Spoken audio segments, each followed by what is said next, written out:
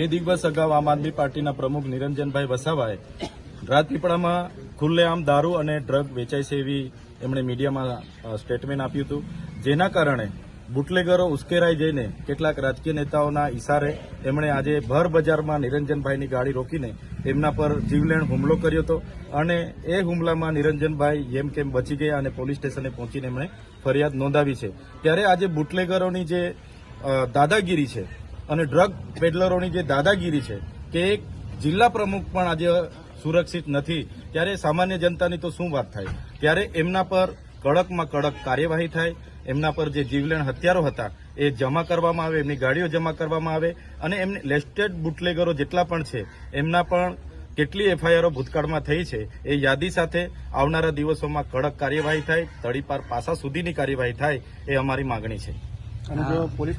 કાર્યવાહી કરવામાં કોઈ ઢીલાસો અપનાવશે તો આમ આદમી પાર્ટીનું શું કહેતું છે?